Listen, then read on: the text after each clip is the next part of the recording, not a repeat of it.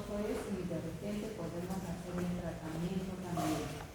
O si encontramos pólipos, además del diagnóstico, el tratamiento, ¿no? También podemos encontrar sinequias, a veces hay degrados que pueden hacer que las paredes se peguen, entonces hay que liberar las sinequias, o de nacimiento pueden tener tabiques uterinos que pueden causar infertilidad, entonces también podemos tratar el tabique. En cuanto se refiere a la laparoscopía, igualito, para el diagnóstico nos sirve para el diagnóstico y tratamiento.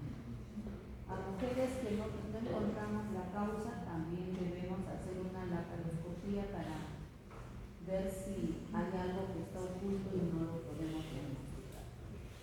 En cuanto se refiere al factor tuboperitoneal, estos los dos puntos van entre 30 a 40%. Es importante los antecedentes, como por ejemplo el embarazo ectópico, apendicitis, con complicaciones como la peritoneitis, el uso del dispositivo intrauterino, la enfermedad inflamatoria pélvica y las endometriosis pueden alterar nuestra función tubal. ¿Cómo vamos a hacer el diagnóstico? La ecografía nos va a ayudar bastante, sobre todo no nos va a decir hay obstrucción, pero sí lo que vamos a ver es si hay obstrucción y además hay colección de líquidos. Esto es lo que llamamos hidrosalpingo. Pero cuando se refiere a la anexo, pero para el útero sí nos puede dar una idea de los miomas, pólipos, adenomiosis, etc. En cuanto se refiere a la histerosalpingografía, la prueba de cotejo significa, después de haber hecho la prueba esta de la inyección de sustancia de contraste, a las 24 horas se hace la prueba para ver si todo el líquido ha ido al fondo del saco uterino. Acá estamos viendo una histerosalpingografía, nos dibuja perfectamente la cavidad, vemos el pasaje a través de las trompas, a ambos lados, pero no hay pasaje de la trompa hacia la cavidad. Entonces estas son obstrucciones tubálicas bilaterales. Esta es una histerosonografía que nos permite ver, esta es la parte del útero, este es el canal, por acá se ha instilado el líquido y estamos viendo, se distiende la cavidad y uno puede ver perfectamente, está indemne, no hay nada que llame la atención. Acá es otra histerosonografía donde estamos viendo una tumoración. Esto es un mioma submucoso. ¿Y cómo podemos diferenciar del pólipo? Primero por el tamaño. En segundo lugar es que cuando ponemos el Doppler vamos a ver los vasos periféricos, no son vasos que están en la base, como sucede en los casos del pólipo. En cuanto al factor cervical, es un factor que es la causa menos del 5%, pero si nosotros ponemos el espéculo a mitad del ciclo, o sea, digamos en la etapa periovulatoria, ¿qué vamos a ver? El orificio externo está entreabierto y vemos cómo sale una cascada de moco que cae hacia la vagina. Y si nosotros lo cogemos con la pinza de Bosema y estiramos, esto se va, digamos, va a ir a 10, 12 centímetros sin romperse, ¿no? ¿Eso qué nos está diciendo? Que el efecto estrogénico es bastante bueno. ¿Y para qué nos sirve? Esto es un medio de pasaje de los espermatozoides a la cavidad uterina. Entonces, cuando ya pasa esta etapa, ya se produjo la ovulación, inmediatamente se produce la progesterona y el moco se hace espeso y impide el pasaje ya del espermatozoides. Entonces, ¿cuándo se puede encontrar alterado? Cuando se le ha hecho de repente un cononismo un poco grande, cuando hay cirugía ablativa del cuello uterino, el uso de lubricantes, todo esto puede afectar la motilidad calidad del espermatozoide. En cuanto al tratamiento del factor tubárico, cirugía solamente si hay una cosa muy leve que podría ser, por ejemplo, algunas adherencias en la fibra, que se hace la quisquiolisis y con eso sería suficiente. Pero si hay obstrucción tubaria bilateral, el tratamiento es la fibra. En cuanto al factor masculino, el 30% hasta el 40% de parejas pueden tener problemas de fertilidad. La historia es importantísima, ya lo hemos dicho, hemos repetido varias veces los factores de riesgo, pero acá hay algo que sí quiero que ustedes no se olviden: el uso de medicamentos como la sulfasalazina, la colchicina, medicamentos antidepresivos y los anabólicos, que ahora los muchachos quieren estar musculosos, etc. Entonces les dan anabólicos y eso también puede llevarlos incluso a una alteración tan marcada que puede estar con azoospermia. Entonces, ojo con esto.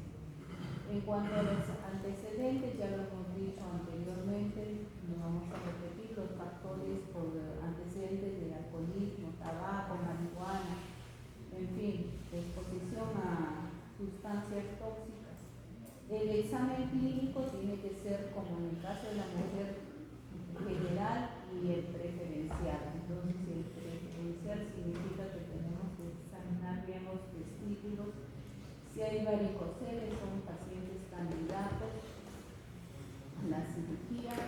La presencia o no, los testículos tienen que estar en las bolsas, no pueden estar no desnudos, porque incluso ya un hombre adulto es peligroso por el riesgo de cáncer de testículo.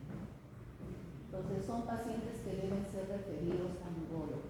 En cuanto se refiere al laboratorio, el espermatograma es fundamental. Si hay sospecha de infección, hay que hacerle estudio. En cuanto se refiere a si hay azoospermia, hay que hacer la FSH. Si la FSH está normal, significa que si hay estímulo, entonces probablemente puede haber una obstrucción del conducto deferente, o de repente es un problema congénito, o lo que les decía, el uso de anabólicos. La ecografía nos ayuda bastante para el diagnóstico del varicocele. En algunos casos también hay que hacer la biopsia testicular.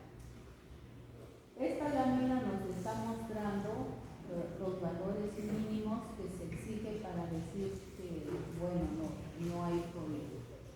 En cuanto se refiere a la licuefacción, total debe ser a los 60 minutos. El pH puede ser mayor de 7.2. El volumen del semen es 1.5 mililitros como mínimo.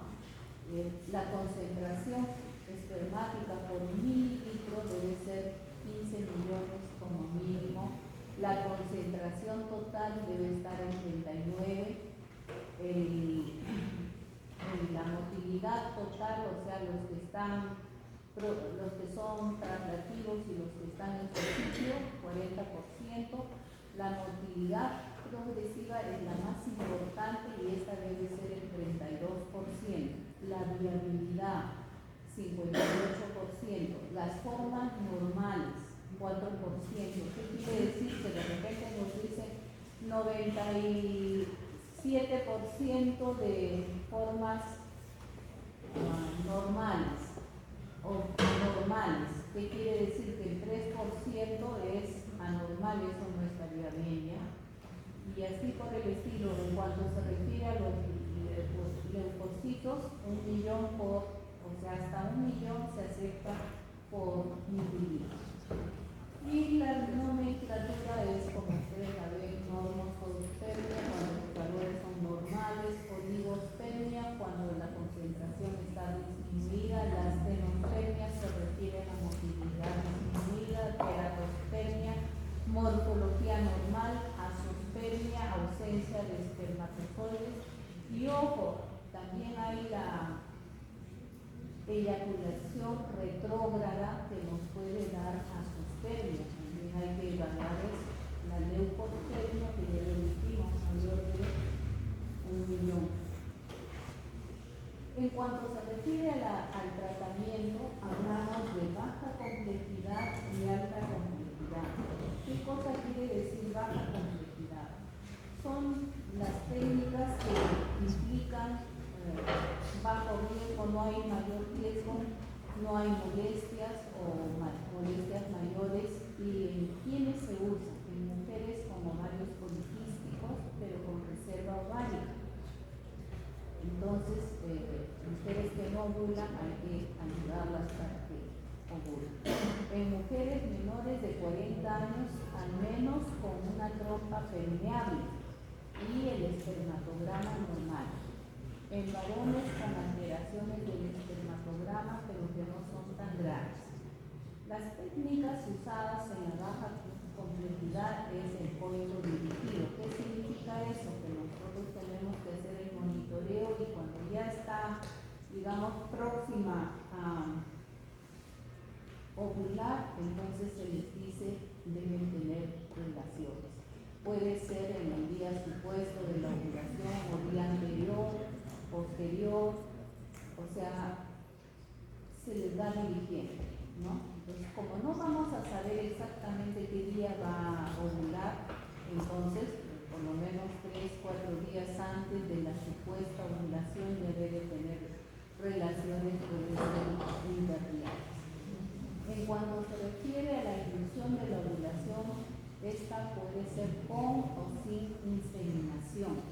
Entonces, si nosotros inducimos la ovulación, ya sea con medicamentos, o sea, tanto el letrozol o el citrato de clomifeno, o usar la hormona de la mujer menopáusica, la gonadotropina, o la FSH pura, cualquiera de esas.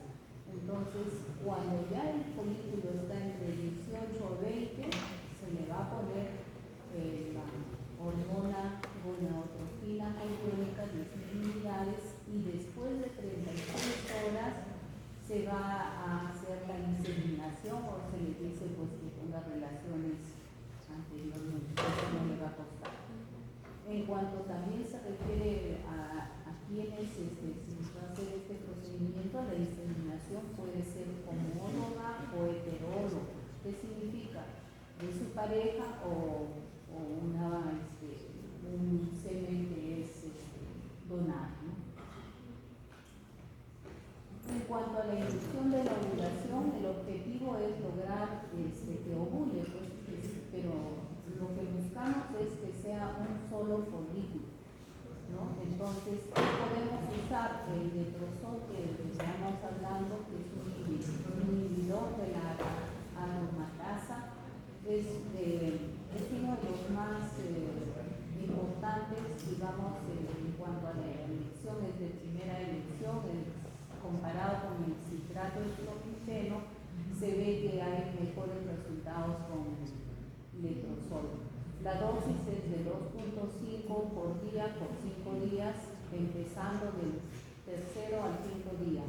Igual el citrato de clomifeno, que es un antagonista del estrógeno, se usa también con mayor frecuencia en el síndrome de ovario poliquístico. Y de igual forma se va del quinto al noveno día y como ya hemos dicho, en todos los casos lo que buscamos es el crecimiento de los folículos, así como también, por ejemplo, en la gonadotropina menopáusica usamos 75 unidades internacionales por 5 días y cuando ya tenemos los folículos entre 18 y 20 le vamos a poder aplicar la gonadotropina coriónica y se va a hacer la inseminación entre las 35 a 36 horas después de la inyección, ¿no? En los 3 casos. ¿En qué consiste la inseminación intrauterina? Esto ya se viene usando muchísimo tiempo atrás. Es un tratamiento para el factor cervical, factor masculino, leve y disfunción eyaculatoria, pero la indicación más común usada actualmente es la infertilidad inexplicada. También se usa en la inseminación heteróloga. Entonces, ¿cómo se hace esto? Para empezar, el día que se va a hacer la inseminación, el caballero debe ir al laboratorio para dejar la muestra del semen. Este va a ser preparado, va a ser capacitado por el biólogo. Y luego de eso, ya preparado el semen, lo va a entregar al biólogo y el médico tratante va a hacer la colocación del semen. Entonces, ¿qué es lo que vamos a hacer? Ya conocemos, hemos hecho el tacto vaginal, sabemos cómo está el útero, sabemos también cuánto mide el útero, etc. Entonces, lo que vamos a hacer es una limpieza con suero fisiológico del cervix y se procede a colocar la cánula por el orificio externo hasta la cavidad a 1 centímetro del fondo, que ya sabemos cuánto mide el útero, ¿no? Y suavecito se va inyectando el semen a la cavidad uterina. Eso es lo que se hace. Se puede hacer también en 2 oportunidades en ese mismo sitio. Si no funciona, digamos, repitiendo este proceso, no debemos hacer más de 4 ciclos. Si no funciona, ya tiene que ir a la alta completa. Esto es la forma como se trabaja. El semen es mezclado en una proporción 1 a 1 con una sustancia que se va a llevar a un centrifugado, se va a decantar, se va a sacar el suero sobrenadante, se le va a poner otra cantidad de otra sustancia y se tiene el reposo, luego se aspira el sobrenadante y ya tenemos la muestra para que puedan colocar. En cuanto al tratamiento de alta complejidad, entonces en estos casos nos estamos refiriendo a los tratamientos de fertilización extracorpórea. Tenemos la fertilización in vitro y esto es cuando espontáneo, o sea, una vez aspirado el óvulo, se entrega al biólogo, el biólogo lo evalúa y lo pone en contacto con el semen que ya ha sido preparado también, ha sido capacitado. Entonces se deja que espontáneamente pueda producirse la fecundación. La inyección intracitoplasmática del espermatozoide o el ICSI, ¿qué significa? Es lo mismo, pero no lo ponemos en contacto con todos los espermatozoides, ¿no?, que han sido capacitados, sino el biólogo escoge el mejor de los espermatozoides, lo aspira y lo inyecta directamente al óvulo, ¿no? En cuanto se refiere al PIXI, viene a ser lo mismo, pero antes ha sido preparado con ácido hialurónico la muestra, el semen, y entonces ese espermatozoide que tiene mejores características lo inyecta él, ¿no? En cuanto se refiere a las transferencias intrafalopatiana de gametos y de cigotos, ya no se usa. Lo traigo acá para que conozcan, seguramente en algún momento van a leer, pero eso no se usa. En cuanto se refiere a la transferencia de embriones criopreservados, ¿qué significa? Cuando nosotros ya hemos hecho esto, inmediatamente pasa a la incubadora. Y ahora las incubadoras tienen incorporado cámaras. Entonces están a las 24 horas, uno está viendo si ya se ha producido la fecundación y empieza a dividir, ¿no? Entonces se va evaluando día tras día. Entonces, cuando ya está el 5.º día, ya está lo que se llama el blastocisto. Entonces, ya están en condiciones de ser transferidos al útero. Si vamos a hacerlo ese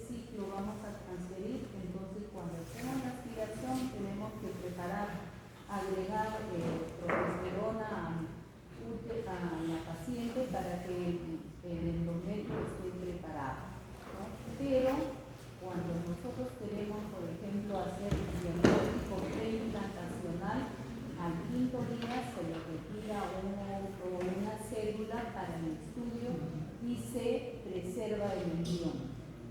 Ahora también, ¿qué pasa si nosotros hemos tenido 5 embriones y uno hemos transferido, los otros también se preservan? En cuanto se refiere a la ovodonación, decíamos cuando hay falla ovárica, entonces se hace la ovodonación. Se prepara a una paciente como que va a ser, se hace todo este procedimiento, pero ya no se le coloca a ella el embrión, sino se prepara a la mujer que va a hacer la recepción. La criopreservación de óvulos, por ejemplo, en mujeres con cáncer de mama o ahora se está usando porque todavía no quieren embarazarse, pero ya saben de que a medida que avanza su edad el pronóstico no es bueno, entonces ahora ya las jóvenes están guardando sus óvulos. Igual en el caso de los varones, cuando hay problemas de cáncer de testículo o cuando quieren preservar sus espermatozoides. En cuanto se refiere a la fertilización in vitro, recordemos que tiene 4 pasos. El primero es la estimulación, la inducción de la ovulación, que es una estimulación ovárica controlada. Luego de que hemos hecho la estimulación, cuando ya está entre 18 y 20, hemos puesto la hormona que va a hacer que madure y que va a desencadenar la ovulación. Entonces, antes de que eso ocurra, aspiramos los ovocitos mediante culosolidesis bajo presión intraradiográfica. Una vez que tenemos el ovocito, esto es fertilizado, es puesto en contacto con los espermatozoides, o se ha hecho inicio como les he explicado, y van a la incubadora para que empiece el desarrollo. Cuando no hemos transferido directamente, estos van a ser preservados, o de lo contrario, si nosotros vamos en fresco lo vamos a transferir, entonces ya les dije que teníamos que preparar el endometrio con progesterona, ¿no? ¿Seguimos? Entonces, ¿qué es lo que hacemos? La hiperestimulación ovárica tiene que ser controlada. Entonces, el tercer día del ciclo, segundo o tercer día, empezamos con gonadotrophinas en cantidades altas, 150 unidades por día, subcutáneas. Cuando ya alcanza un diámetro de 14 milímetros, que eso viene a ser al cuarto o quinto día de estimulación, entonces ahí agregamos un antagonista, esto para evitar que haya el disparo de la LH y nos malogra todo, hasta que los folículos alcancen un promedio de 18-20. Entonces, FSH más antagonista. Cuando ya alcanzó este diámetro, entonces vamos a activar la ovulación con agonistas. Usamos la electrolina. Y en 35 a 36 horas después de esta inyección tenemos que aspirar. Si no lo hacemos así, perdemos ese ciclo. ¿Por qué? Porque se van a romper los folículos y van a caer al fondo de saco y fin los encuentra. Entonces, luego de que se ha hecho la aspiración, el biólogo va a ver si hace el o criopreservación de óvulos, embriones, etc., lo que ya se les ha explicado. La transferencia embrionaria es en blastocisto, el quinto día, o al siguiente ciclo si se quiere hacer el diagnóstico preimplantacional. Entonces cuando ya está en blastocisto, ya les dije, se saca una célula para el estudio. Si se quiere transferir de inmediato, entonces ya debemos haberle dado su progesterona y se hace la transferencia en el quinto día. En esta lámina lo que les quiero demostrar esto es lo que sucede normalmente todos los meses. Empieza la regla y entonces ya tenemos una corte de folículos. de los cuales uno es escogido porque tiene mejores características del organismo, selecciona, y el resto es destruido. Entonces va produciendo su estrógeno, madura, se dispara la LH y normalmente se rompe el folículo y ya está. Si ha habido embarazo, ha habido relaciones, bueno, será todo el proceso del embarazo. Si no ha habido embarazo, viene la regla. Entonces, ¿qué cosa se hace en la fertilización? Se aprovecha estos folículos. Al darle la FSH hacemos que todos estos crezcan, ¿no? Y entonces decíamos más o menos cuando está con 14 milímetros de diámetro, agregamos la antagonista para evitar el disparo prematuro de la LH. Entonces damos la FSH y un antagonista de la PRH, en este caso el cetrotil.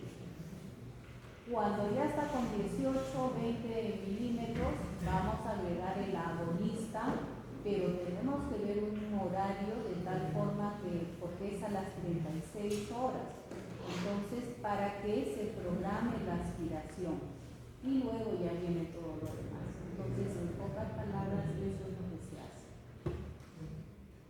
Ya lo hemos dicho, lo estamos repitiendo.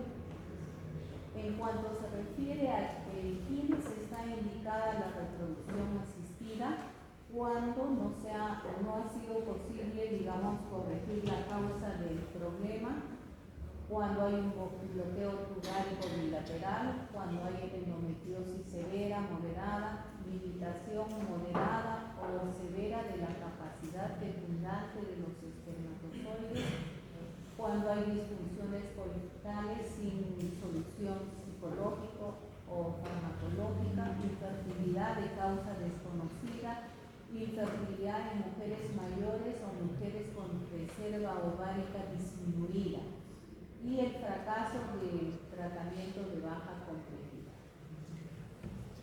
En cuanto a las complicaciones, bueno, ahora la indicación no es embarazo múltiple, porque los embarazos múltiples pueden traer complicaciones como son partos pretérminos, abortos, etc., ¿no? Entonces se trata de un buen laboratorio que se preste de tal, solamente transfiere uno.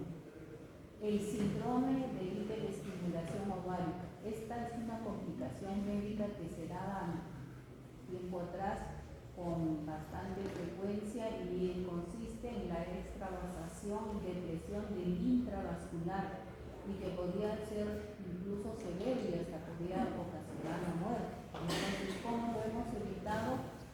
Ahora usando el agonista. La cancelación del ciclo, cuando empezamos a estimular y no hay más, hay menos de 3 folículos, o sea, el gasto va a ser grande y se cancela el ciclo. Pero también esto depende del paciente. El paciente puede decir, yo con 2 puedo seguir adelante, pero lo ideal es que sea mucho más de 3. Complicaciones a la hora que uno hace la aspiración folicular, puede pinchar un vaso, puede lesionar órganos vecinos, intestinos, sobre todo, absceso pélvico, embarazo ectópico, estrés, parto prematuro, reversible.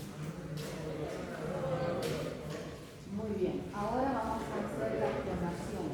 La clonación es la transferencia del núcleo de una célula somática a un ovocito cuyo núcleo ha sido extraído. Esto es un ovocito privado de su genoma materno. Entonces, tipos de clonación. Los naturales son los ejemplos clásicos, son los gemelos idénticos y que puede ser en humanos y en mamíferos. En la naturaleza, lo que hemos visto, organismos celulares tales como bacterias que producen descendientes genéticamente idénticos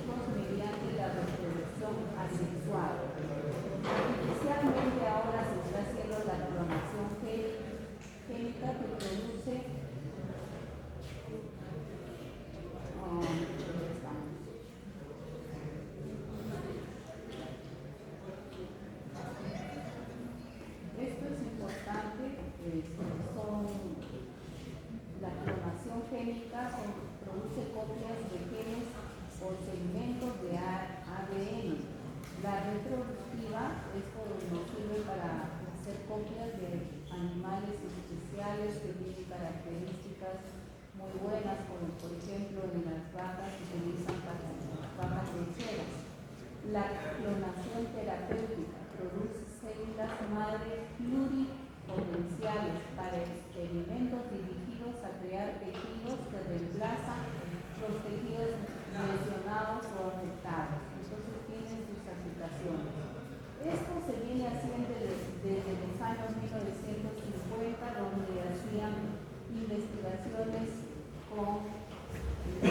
clonando salamandras, ranas, etc. En el año 1997 nació la famosa oveja Dolly, gracias a los trabajos de investigadores escoceses Wilmut y Campbell en el Instituto Rothschild de Edimburgo. Esto nació por clonación. Usaron el núcleo de una célula de la glándula mamaria de una oveja adulta y un óvulo enucleado y se transfirió al útero de la oveja joven. Las desventajas: no siempre se ven idénticos los animales que han sido clonados, porque a pesar de que comparten el material genético, el medio ambiente también juega un rol importante en la expresión final. Se ha observado que estos animales al nacer tienen mayor tamaño, pero acompañados de defectos en órganos vitales. Hay un envejecimiento prematuro y problemas del sistema inmunológico. Dolly murió a los 6 años, la mitad del promedio de las ovejas. En cuanto se refiere a las aplicaciones potenciales en la medicina, se está trabajando en las terapias con células madre, regeneración de tejidos, órganos para trasplante, en la agricultura y ganadería para la reproducción de animales con rasgos deseables, la conservación, clonación de especies en peligro de extinción.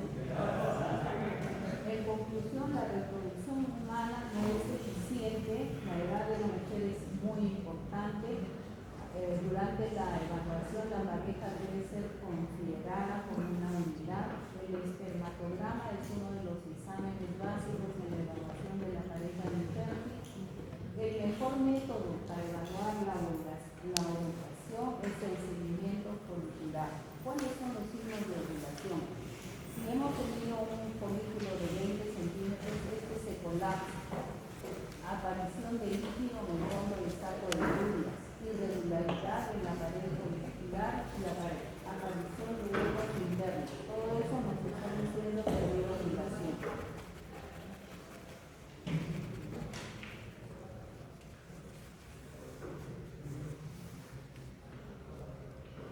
La evaluación de la cavidad uterina y la viabilidad ovárica son importantes en la evaluación de la pareja infértil. El tabaco, tanto al hombre como a la mujer, les afecta adversamente. La laparoscopía está indicada cuando hay evidencia o fuerte sospecha de endometriosis, adherencias o enfermedad ovárica. Los procedimientos de alta complejidad son de gran ayuda en el tratamiento de la infertilidad, pero la prevención debe ser nuestro horizonte. Ojo, eso es importante. Si bien es cierto que nos ayuda bastante, pero de repente hay casos en los que podemos hacer la prevención, y eso es lo que como médicos que recién empezamos debemos hacer más énfasis. Hay indicaciones precisas para la preservación de la mujer.